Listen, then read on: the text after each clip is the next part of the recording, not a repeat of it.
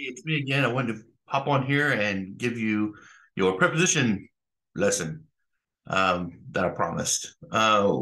I haven't put a video out in 10 days, and the reason why is because I am super busy trying to get the next book in this series here done called Green Mage Metamorphosis.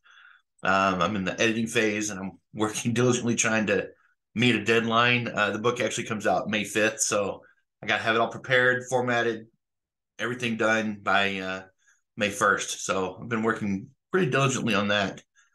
But I can pop in here for 20 minutes or so and do the next grammar lesson. Now, I did want to talk about. Someone asked me not too long ago about maybe launching a Patreon, and I have a Patreon, but I haven't put it on this channel yet because my channel is kind of small still. It's I kind of want to build it. I don't want to you know ask people for money or anything. Eventually, I want YouTube to pay me. When I get to 1,000 subscribers and 4,000 hours or whatnot, and eventually that will happen.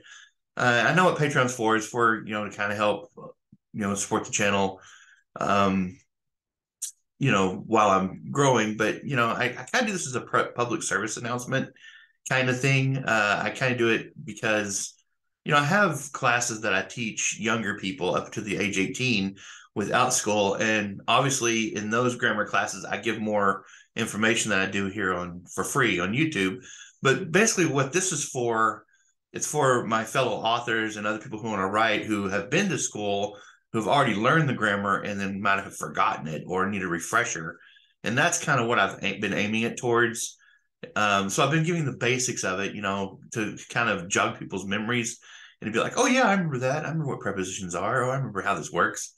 Kind of like that. Or people who were like me, who back in grade school and whatnot, I didn't really pay attention that much to grammar. I didn't really learn grammar until college. I mean, I knew it, but you know what I mean. I didn't really develop my grammar sensibilities until I got to college and I started taking it very seriously. Before then, I was like, yeah, okay, nouns, whatever, person, place, or thing, got it. So what I'm trying to do, what I'm trying to say here is I'm offering this stuff for free on here on YouTube to kind of be as a refresher and kind of a hey, remember how this works? And then you're like, oh yeah, and then you can write your book or whatever. And of course, anybody can ask any questions in the comments, and you can always send me an email or whatever, and I will answer any kind of grammar questions that you might have. Because um, even though I wasn't that great at grammar in school, in grade school and college, I mean in high school, by the time I got to college, I did become an expert, and now there's almost nothing I don't know about grammar. Um, you know, with a few exceptions, but there's some things about grammar that just gets super like way overcomplicated because it's the English language. So we got to take something that's kind of complicated and make it impossibly complicated. But even that I pretty much understand. But anyway, so what I'm trying to say is I really haven't thought about that much about putting a Patreon up because it's okay to do this for free. I mean, I'm not really giving you that much. I mean, I'm hopefully I am, but you know what I'm trying to say. I'm trying to say that I do this for free because I want to do it, not because I'm thinking that, hey, we should get a Patreon going and you should pay me for it. I'm just kind of, helping out. So anyway, now that was awkward, very awkward. Okay, so let's jump into the prepositions. When you talk about money, money is always awkward. Um, the whole idea of being on YouTube is eventually I want YouTube, the big conglomerate corporation, to pay me eventually, right? Not people paying out of their pocket for information that I'm happy to give for free. But anyway, all right, let's get into prepositions. So the word preposition has position right in the name. That's what they do. They show positions of things, specifically in space. They show when something is happening in time, and they show a relationship between two nouns. So in order to use a preposition, you have to have two nouns. The first noun, get in here. The first noun that you have, like the cat was on the bed, the first noun is the subject of the sentence. And the second noun here is the object of the preposition. Not necessarily the object of the sentence all the time, but it is the object of the preposition. So the way a prepositional phrase is constructed, you have the preposition. Sometimes you'll have an article, like the, but not all the time. Like in this one, you don't have one. And then you have the object of the preposition. So, like in the second one, that's a time preposition. You don't have an article or anything. The whole prepositional phrase is just before class. That's it. So, anyway, they show the relationship between two things in where something is located in space, where or when something is occurring in time, or just a relationship between two nouns. So, the first one, the cat was on the bed. On is the preposition because it tells you where the cat is in relation to the bed. It's on it. So anywhere you put in that position, the cat was under the bed, the cat was beside the bed, the cat was in the bed. That's going to be the preposition because it tells you where the cat is in relation to the bed. It's on it, in it, beside it, below it, whatever. All right. When you get into time location, do your homework before class. That tells you when to do your homework in relation to your class. Do it before. So if you use before, after, until, we will be there at 7. That's the time location. Tells you when they're going to be there at 7 because that's a preposition. So we don't have as many time prepositions as we do location. So before, during, until, after, at, that's pretty much the whole list. There might be a few more. The time location we have a lot: inside, under, beside, over, and so forth. With the relationship between two nouns, we have with, within, without, for, and so forth, like that. And we'll get to that here in just a moment. So we're going to look at each one of these 3 types of prepositions in detail. So the first one we're going to look at is the spatial location preposition. These describe locations in space. So once again, put your book inside your desk. Inside is the preposition. It tells you where to put your book in relation to your desk inside it. So under, put your book under your desk, put your book over your desk, put your book behind your desk, put your book alongside your desk. All of those are prepositions. So they tell you where to put your book in relation to the desk, under it, over it, behind it, whatever. So spatial locations is probably the most common, and you can probably recognize that the easiest. Okay, so here's some spatial location prepositions, sentences. I'm going to go ahead and mark these because we're talking about prepositional phrases as well. So on your desk, under your seat, into the air, over the mountains, and across the plains, and under the chair. These are all prepositional phrases. So the preposition itself, that's terrible. Preposition itself, like this one, is under, and object of the preposition is chair. It's hard to write with your mouse. Right? So on is the preposition. Desk is the object of the preposition. On your desk, that whole unit is a prepositional phrase. So the reason why a phrase, we talked about phrases and clauses a little bit. I'm going to talk about a little bit more towards the end of this PowerPoint. But basically, when you have a phrase, the whole unit acts as a part of speech. It could be an adjective, it could be an adverb. We call it an adjectival phrase or an adjective phrase. We call it an adverb phrase. If it modifies a noun or a pronoun, it's an adjective phrase or an adjectival phrase. Adjectival is just a weird word, so I like to call it adjective phrase. If it modifies a verb, an adverb, or an adjective, then it's an adjective. Okay, let me rephrase that. Let me try that again. All right. If it modifies a noun or a pronoun, it is an adjective phrase. If it modifies a verb, another adverb, or an adjective, it is a adverbial phrase. So, in other words, it acts just like an adjective or an adverb. All right. So, like in this one, over the mountains we traveled. Over the mountains is telling you where we traveled.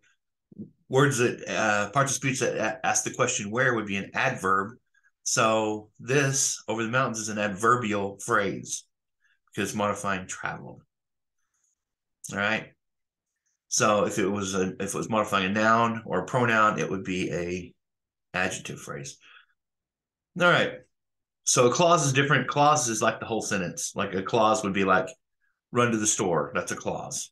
Because you have a verb and a subject. Okay. Phrases don't have a verb and a subject. They have a verb or a subject sometimes, or they have no verb or subject, but they don't have both. If they have both, it's a clause.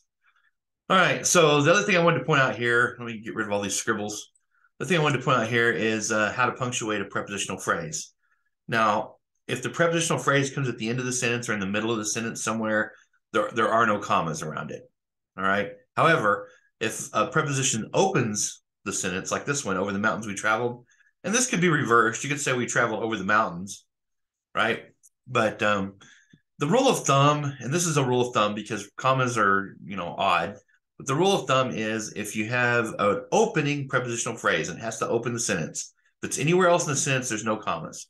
If it opens the sentence, there's only a comma after the prepositional phrase if the prepositional phrase has 4 words or more. This one only has 3 words, over the mountains, so there's no comma. The exception is sometimes there's 2 prepositional phrases that open a sentence, like at the end of a long day. At the end of a long day, that's 2 prepositional phrases.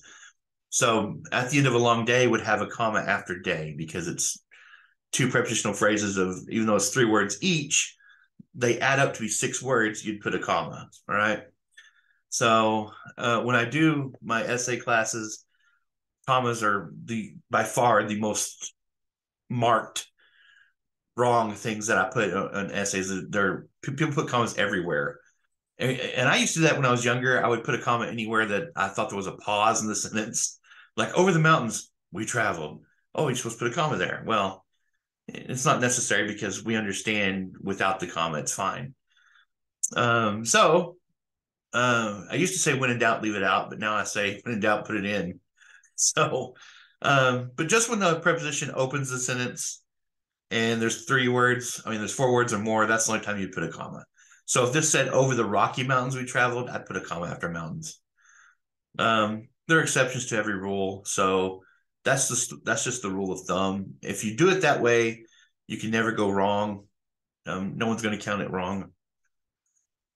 All right, let's move on. Time location or chronological location, which means time. All right. When is gym class in relation to math class? Gym class is before math class. Gym class is after math class. Gym class probably would not be during math class. That'd be really weird. Okay, we're going to do some fractions and we're going to do some push-ups. Then we're going to do some more fractions. Yeah, probably wouldn't work out very well. But anyway, those are time prepositions telling you when something is in relation to something else. So gym class would be after math class or so forth. All right, like I said before, there's not that many time prepositions. Just a handful, not near as many as there are spatial location prepositions. All right, these prepositions show relationship between 2 nouns, but they don't show time or they don't show space. They just show a relationship. So he goes with that girl, he with girl. All right, this is the flour for the cake, flour for cake. All right, the basketball belongs to Mr. Dennis. Basketball to Mr. Dennis. Okay, so these are just showing relationship. This is a preposition with for and to, but they're just not showing you. When he goes with the girl, it's not showing you when he's going with the girl. It doesn't show where he's going with the girl. In space, it doesn't show you where he is in space in relation to the girl. It just says he's with her. So that's a relationship preposition. All right. So with, within, without, those are pretty commonly prepositions. They're sometimes hard to spot when you're looking for prepositions. It's kind of hard to spot with sometimes because we don't think of it as a preposition. For and to can also be other parts of speech, so you have to be careful with those. For can be a coordinating conjunction, which we're going to be doing next lesson. I'm going to talk about coordinating conjunctions. And actually, I'm going to talk about subordinating conjunctions here in just a moment. But anyway, the word to, if you remember back from my verb, if you've done all my lessons, if you remember the verb lesson, we talked about infinitives. To plus a verb, if the verb's right next to it, like to run, to jump, to hold, those are infinitives. So the word to plus a verb is an infinitive. If to is followed by a noun, like it is here, a proper noun, Mr. Dennis, then to is a preposition. All right. And it's showing you relationship between the basketball and the owner, Mr. Dennis. That's what to is doing here. So for, like I said, a coordinating conjunction would show the word conjunction, junct means to join. So if it's not joining two phrases or clauses or two words, then it's probably not a conjunction. In this case, we're not joining a phrase or clause or a word. We're just showing a relationship. So therefore, for is a preposition and not a conjunction. So the way it would work as a conjunction, if you're wondering, is be like, I cannot go to your party, for I have nothing to wear, or something like that. You know, it sounds very formal, but that would be connecting to clauses. All right. So phrases and clauses. We need to talk about this a little bit more. If anything about these, YouTube classes that I'm going to drill in your head is the difference between a phrase and a clause. And the reason why is this is very helpful when you're writing, because people ask me, they said, you just said before is a preposition. It's a time preposition. And I say, yes. And then I'm teaching the lesson about subordinating conjunctions. And they're like, well, you said before was a preposition. Now you're saying before is a subordinating conjunction. And I'm like, yep, they are both. And this is the difference. This is how you tell the difference. I marked it here for you. Before it rains, close the window. Before it rains, close the windows. Right? Before it rains is a prepositional phrase. The reason why is because it is a phrase. All right. I went ahead and marked it in red here. The phrase before it rains, there's no subject or verb. The subject is you, the understood you, because this is an imperative. You close the windows, right? So the subject is you, and then the verb is close. So before it rains has no verb or subject in it. That's a prepositional phrase, right? But down here, before is a subordinating conjunction. The reason why is because before is being used with a clause. A clause, remember, has both a subject and a verb. So the subject is you. Before you can go outside, you have to finish your homework. I almost said complete. You have to finish your homework, which is a complex sentence. Before is a subordinate conjunction and this is a subordinate clause, or sometimes called, well, most of the time called a dependent clause. This is a dependent clause and a main clause. All right. We know it's a clause because it has you, which is the subject. It has a helping verb, can, and it has a main verb, go. You can go outside. See, if you take the before off, if you don't even look at the before here, it's still a clause. You can go outside. And if you had that by itself, it'd be a sentence by itself, wouldn't it? You can go outside could stand as its own. What makes it not be able to stand as its own is when we put the conjunction on there, before. So before you can go outside, now it's a dependent clause. All right. And like I said before, if it's used in a phrase, it's a preposition. If it's used in a clause, it's a conjunction, a subordinating conjunction. Now, the reason I keep saying subordinating and coordinating is because the coordinating conjunctions spell out the word fanboys, for, or, let's see, for, and, nor, but, or, yet, and so. Okay. There's seven of them total. So the subordinate conjunctions, there's a whole bunch of them. And we're going to talk about conjunctions next time. But I just wanted to point out, because people ask me this all the time, how come before, since I say it's a preposition, sometimes I say it's a conjunction. Well, the difference is phrase and clause. With the phrase, it's a preposition. With the clause, it's a conjunction. Okay. Same thing with after. After it rains, the air smells fresh. So after it rains would be a prepositional phrase. After you finish your homework, you go outside. Okay. Then after would be a subordinating conjunction. So that's the difference. That's why it's used, how it's used. Before, after, until, at, all of those can be, subordinate conjunctions and prepositions, depending on if they're used with a phrase or a clause. All right. That is pretty much it. This is normally where I would ask, are there any questions? If there are any questions, you can come down in the comment and I will answer them. Hopefully that wasn't too difficult. This is a list of prepositions here. These are all location prepositions. Well, not all of them. They're location prepositions, and I think there's a couple of there's with, within, without. Let's see, is after in here? Yeah, there's some time prepositions. These are probably the most common prepositions. Any word that shows the relationship between two nouns is going to be a preposition. especially if it shows where in space or time something is occurring. So if it's a word that you use to do that with, then it's a preposition. The ones that I see that are kind of, let's say, invisible, that people don't really consider to be prepositions, when I see it in sense, I'm like, where's the preposition? They're like, I don't know. It is, number one is with. This is the burger with the fry. Can I have a burger with the fries? With fries, it's gonna be a prepositional phrase. Let's see, toward. Um, than is one that people are. Since could be a subordinated conjunction and a preposition, depending on if it's used with a phrase or a clause. All right, there's one more thing that I wanted to talk about here about prepositions. This is the bonus, kind of the bonus thing here. So there's something called a redundant preposition. All right.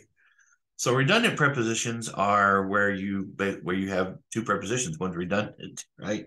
I see this all the time, especially with young writers when they're writing essays or they're writing stories or whatever they're doing. Sometimes I see it in my writing classes, but they'll say something like John jumped off of the porch. Okay, they'll write a sentence something like this: John jumped off the porch. All right, so this is is a redundant preposition. The reason why is because it's a lot clearer and a lot smoother if you just say, instead of saying John jumped off of the porch, just say John jumped off the porch. All right, John jumped off the porch. All right, same thing with it's like kind of like a filter word. Same thing with this. We say this a lot in Texas. It's like, hey, where's your mom at? Where's your mom at? All right. We say this a lot in Texas. Hey, you're walking up and you see your friend's child and you're like, hey, where's your dad at? And really all you have to say is, where's your mom? Where's your mom? We don't need the at because it's redundant. So the only time you would write these, like, where's your mom at or something, is in dialogue. If that's your style and you're writing a book and you're one of your characters is Texan or Southern, and they're like, hey, where's your mom at? That's perfectly okay. But if you're writing in formal language or formal essays, or if you're the narrator, perhaps, that isn't speaking like, you're from Texas or the South or somewhere, then by all means, take that redundant preposition out of there. It's kind of like when we did filter words and like the word that, and I keep saying everybody has that disease because people like to say, this is the coffee that I like to buy, instead of just, this is the coffee I like to buy. We don't need the relative pronoun that there. We can just say, this is the coffee I like to buy. All right. Same kind of deal with the redundant prepositions. Sometimes you don't need it. Now, there is a time where you do need it. Like, for example, if you say, he released the balloons up into the air, up and into are both prepositions, and they're two prepositions right next to each other, but they kind of need to be there because it's kind of telling you where you're releasing the balloons into. If you say he released the balloons into the air, that sounds okay, but you can't say he released the balloons up the air. That wouldn't work. So you kind of need that he released the balloons up into the air or something along those lines. So that's okay. As long as it's not redundant, if it's helping understanding of the sentence, the meaning of the sentence, it's fine. It's when it's really just not needed is when you need to take it out. Like, for example, when I gave them there, like, where's your mom at? Or he jumped off of the stage or something like that. Get rid of that of, because you can just jump off the stage. It's kind of like the same thing with like sitting and standing. It's like you can say he stood. You don't have to say he stood up, right? Or he sat instead of he sat down, because usually when we sit down. So things like that. It's kind of that kind of nitpicky kind of stuff. But that should help with your writing. Just be aware that sometimes you have redundant prepositions. There's other instances where you have redundant prepositions, but those are the main ones I see. Okay. That's it. That's all for prepositions. If you have any other questions about prepositions, like I said, put them down in the comments and I will answer it. Other than that, I guess we're done. I need to get back to writing. I need to get that book finished and edited and ready to go. So anyway, thanks guys. I will see you next time and appreciate it. And you have a great day.